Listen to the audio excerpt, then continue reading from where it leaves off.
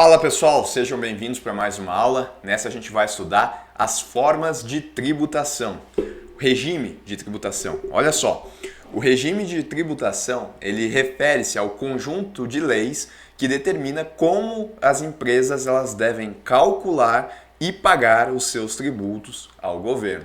E preste atenção, tá? Aqui no nosso país existem três principais regimes de tributação. Então, significa que as empresas, de acordo com o faturamento delas, de acordo com a atividade delas, elas vão poder escolher uma dessas três formas, que são o Simples Nacional, o lucro real ou então o lucro presumido. A gente vai começar falando sobre o Simples Nacional. Tá aí, ó. O Simples Nacional, ele é um regime tributário diferenciado, simplificado e favorecido, destinado às microempresas e empresas de pequeno porte, tá? As EPPs e as ME, com faturamento anual bruto de até 4,8 milhões. Então, a primeira característica do Simples Nacional é que ele é de fato simples. A gente vai ver que a metodologia que as empresas têm que utilizar aqui para fazer o pagamento de tributos é mais simplificada, é mais favorecida do que as outras duas que a gente vai ver na sequência. Mas para isso, tá? Ele restringe então quem pode estar utilizando o Simples Nacional. A destinação dele, eu reforço aqui, é para microempresas e empresas de pequeno porte. Aí, as microempresas são aquelas que têm um faturamento de até 360 mil anuais, tá? Nos últimos 12 meses. E as empresas de pequeno porte, então, que têm faturamento de 360 mil a até 4,8 milhões nos últimos 12 meses também. Então, se for uma microempresa e então uma empresa de pequeno porte, elas vão poder optar pelo Simples Nacional. E qual que é a grande vantagem dele, tá? É essa guia de pagamento unificada. Este regime, ele unifica a arrecadação de diversos tributos em uma única guia de pagamento, o documento de arrecadação do Simples Nacional, o DAS, simplificando o processo tributário para os pequenos negócios. Então, as empresas, dependendo da atividade que elas façam, elas vão ter que escolher ou o lucro presumido ou o lucro real, que a gente já vai estudar daqui a pouco, de acordo com as atividades e de acordo também com o faturamento, principalmente com o faturamento. E a gente vai ver que lá elas têm que recolher imposto de renda sobre pessoa jurídica, contribuição social, PIS, COFINS. E aqui, no Simples Nacional, isso não precisa, tá? Porque as empresas que fazem parte aqui do Simples Nacional, elas só precisam fazer o pagamento do DAS, que vai conter todos esses tributos em uma única guia só. Então fica mais fácil a questão tributária, tá? Daí em relação às alíquotas, quanto que essas empresas elas têm que pagar? As alíquotas elas podem variar de 4% a 22,90%, a depender da receita bruta, da microempresa ou da empresa de pequeno porte e do tipo de atividade da empresa. Uma última característica, o Simples Nacional ele simplifica o pagamento de impostos e oferece alíquotas menores que as de outros regimes. Renan, eu não estou entendendo como é que funciona isso ainda. Tá, então tá aí um exemplo para a gente entender. Pensa uma microempresa, por exemplo, que tem receita bruta anual de 360 mil reais. Significa que ao longo do ano foi isso daqui que ela conseguiu de receita. Vamos pensar que ela faz vendas de algum tipo de produto. Ao longo do ano, ela conseguiu vendas que totalizaram 360 mil. Não estou falando que é o lucro dela, aqui é a receita, tá? E eu coloquei aqui atividade de comércio. Não se atentem à alíquota, tá? Se atentem à metodologia. Acho muito difícil, tá? Para o concurso de vocês, eles cobrarem as alíquotas, cobrarem quais são as... para cada atividade, qual que é a alíquota efetiva. Acho que eles não vão fazer isso. O que vocês têm que lembrar, principalmente aqui, é que é uma guia de pagamento única, que é o DAS. Vão ter que lembrar também quais empresas podem fazer parte, tá? E qual que é a característica principal do Simples Nacional. E funciona assim, então. Receita bruta de até 360 mil, atividade de comércio, só para ilustrar, a gente tem o cálculo da seguinte forma. Tem a base de cálculo de 360 mil, que é a receita bruta. A alíquota efetiva é de 6%. Dela vai incidir aí sobre a base de cálculo.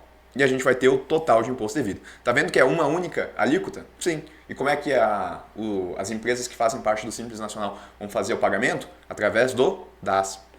Tá? Então, basicamente é isso. Total de imposto, 21.600. Vocês vão ver que esse exemplo aqui é muito mais simplificado do que esse próximo aqui que a gente vai estudar agora, que é o lucro presumido. Lembrem, tá? A gente tem três formas de regimes de tributação: Simples Nacional, lucro real e lucro presumido. Vamos para o lucro presumido agora então.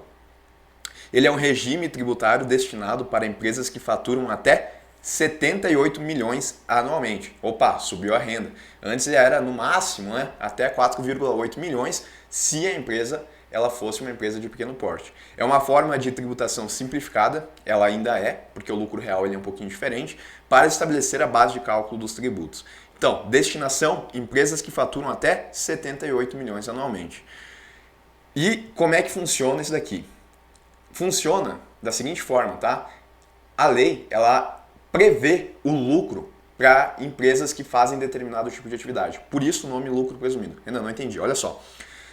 A gente tem margens de lucro fixadas pela legislação, calculadas em percentuais fixos sobre a receita, que variam entre 8% e 32%.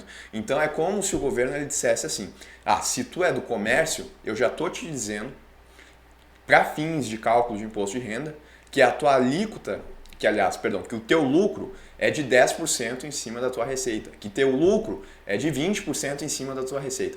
Então o governo ele vai definir qual que é o lucro para fins de cálculo de imposto de renda quando se usa o lucro presumido. Tá? Varia de 8% a 32%, dependendo da atividade econômica da empresa. Essas margens, que foram estipuladas por lei, são usadas para determinar a base de cálculo do IRPJ e da contribuição social do lucro líquido. Tá? Então, olha só, as alíquotas de IRPJ é de 15% sobre o lucro presumido, que quem definiu foi a lei, com adicional de 10% sobre a parcela do lucro que exceder R$20 mil por mês. A contribuição social sobre o lucro líquido é de 9% sobre o lucro presumido. E ainda são calculados de forma cumulativa sobre o faturamento total, com alíquotas de 0,65% para PIS e 3% para COFINS, totalizando 3,65%. Então percebam que aqui já começa a ficar um pouquinho mais complicado, né? A gente tem uma alíquota para IRPJ, uma para contribuição social sobre o lucro líquido e ainda PIS e COFINS. Aqui a gente tinha apenas uma alíquota efetiva e era pago através do DAS. Aqui a gente já tem mais coisas. E aí um exemplo, então, se vocês não estão entendendo. Empresa. Receita bruta anual dela, R$600 mil. A atividade dela é serviço. A atividade dela é serviço. Então já foi estipulado, tá? Não se preocupem aqui com esses valores, apenas entendam a lógica. Já foi estipulado para ela que a margem de lucro presumida dela é de 32%. Isso dá um lucro de 192 mil. Então, para fins de cálculo, né, dos tributos, o governo está dizendo que por ser da atividade de serviços, essa nossa empresa ela vai lucrar 192 mil. Para fins de cálculo. Renan, mas e se o lucro dessa empresa foi de 300 mil? Não importa. Para fins de cálculo do imposto, ela vai ter como se ela tivesse tido 192 mil de lucro. Ainda que ela tenha um lucro maior. Porque o que vale é o que o governo definiu. Renan, mas e se ela teve um lucro de 100 mil?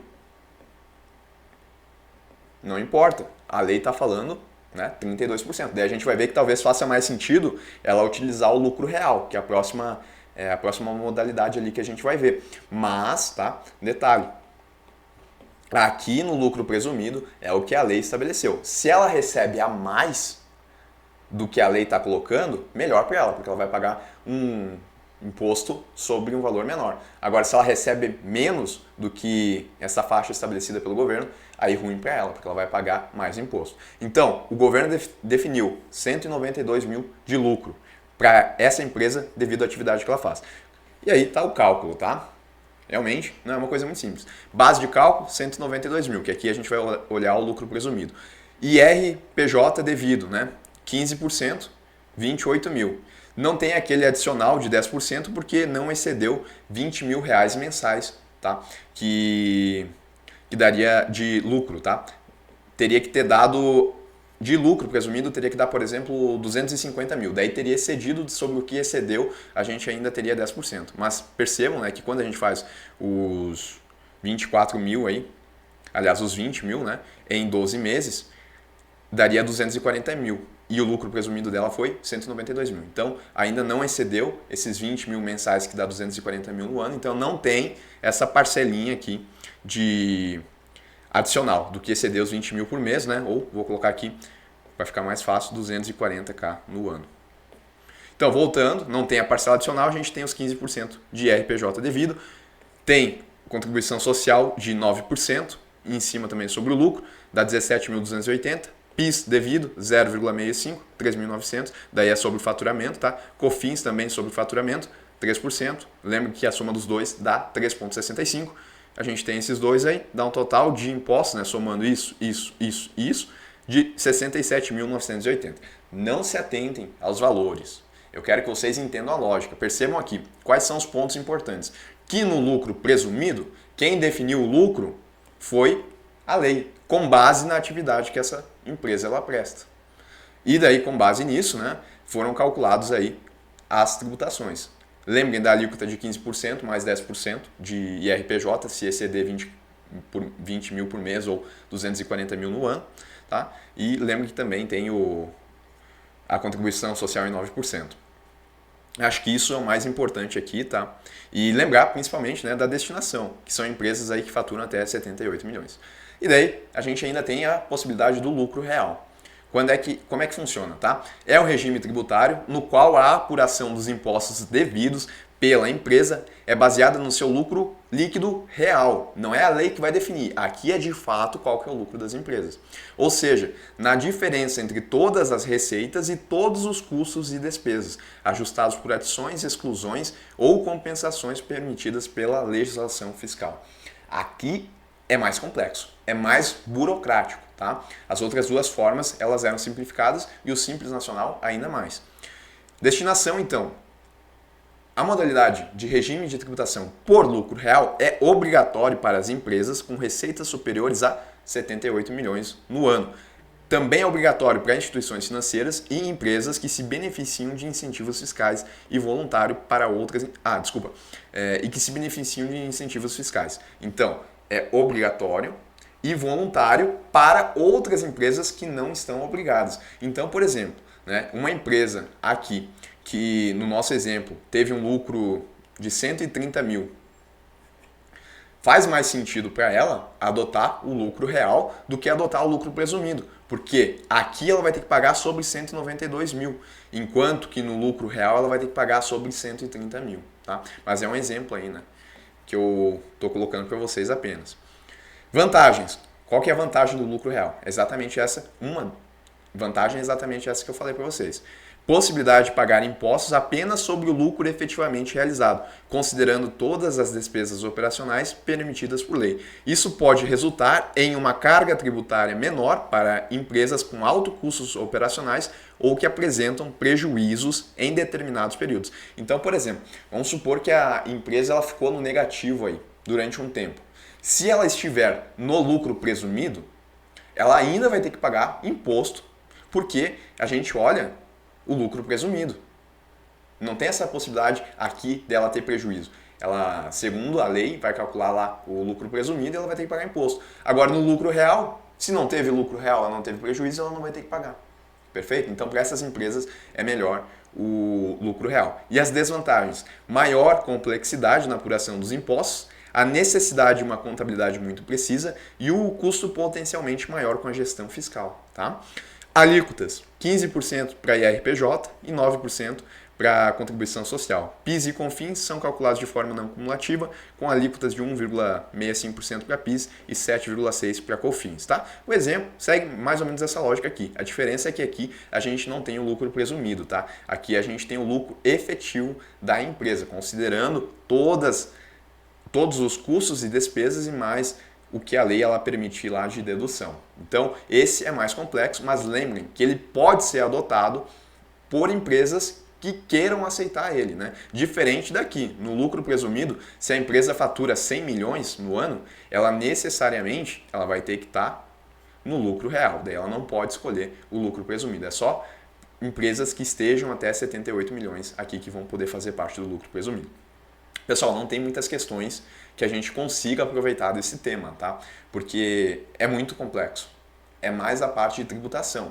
Para fins de um concurso bancário, a gente tem que tentar pegar e resolver questões com base no que eu trouxe aqui para vocês, que eu acho que é isso que eles vão exigir em prova. Então, eu consegui algumas aqui e a gente vai resolver.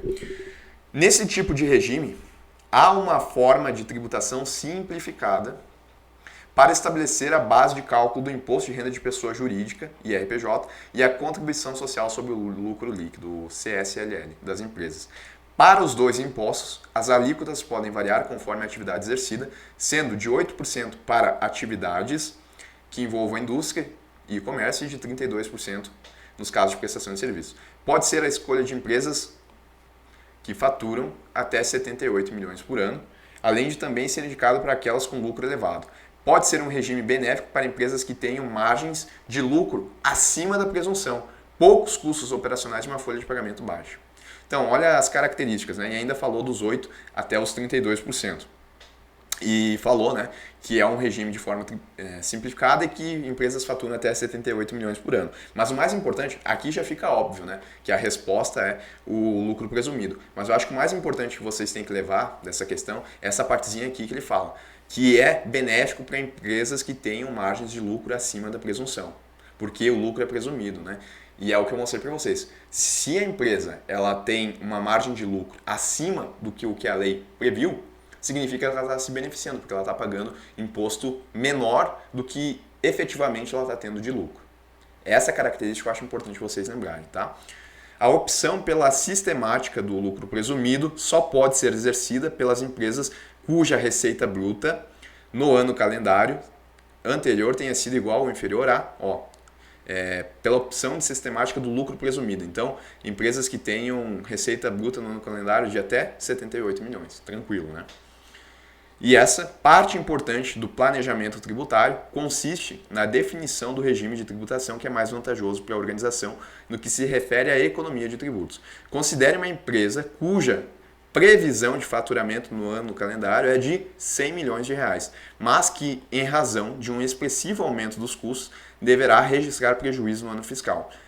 Quanto a esse fato, a fim de reduzir a carga tributária, a empresa deverá optar pela tributação com base no lucro. Bom, se ela já tem aí um faturamento de 100 milhões, ela necessariamente, né, ela tem que ficar no lucro real. Além disso, ele ainda colocou, né, que ela vai ter prejuízo. Então, se ela vai ter prejuízo, tem que ser o real também, né? Se ela pudesse escolher o presumido, ela ia pagar imposto sobre o lucro presumido. Aqui, como ela teve prejuízo, então ela não vai pagar.